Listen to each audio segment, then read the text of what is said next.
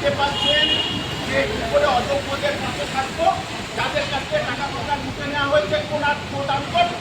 এই শিক্ষিত ছেলেমেয়েরা 2016 থেকে এরা সংসার টানতে পারছে না, বাবা আমার ওষুধ কিনতে পারছে না। আর রেজাল্ট কেন আবার সুপ্রিম কোর্টে গিয়ে বললেন 9, 10 আমার একটু দেরি করুন। এর ভিতরে কি রহস্য আছে খোলসা করুন না।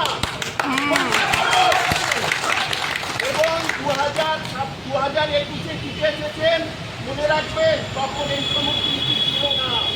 2026-এ আপনি চেয়ারে বসবেন কি চিন্তা করুন, আপনার ঘুম অটোমেটিক্যালি চলে গেছে, চলে যাচ্ছে। তো আপনি কিভাবে বসবেন মনে রাখবেন, রাজ্যের শিক্ষিত ছেলেমেয়েরা সমস্ত আন্দোলন করেছে,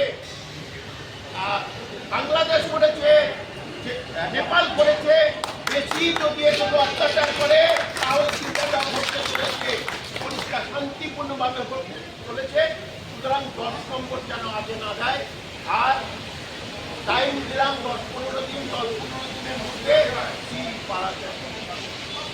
আমি তো বললাম যে হিসেব অনুযায়ী এই হয় 10,000 করে হিসেব অনুযায়ী ধরুন, সেই হিসেব 70,000 অত ধরছি না, 30-35-40 সেটাই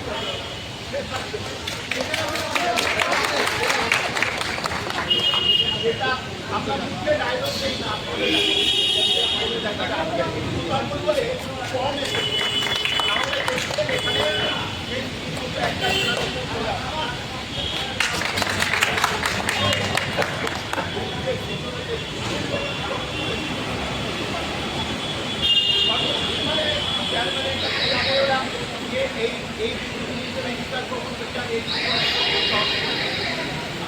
আমি দেখাবো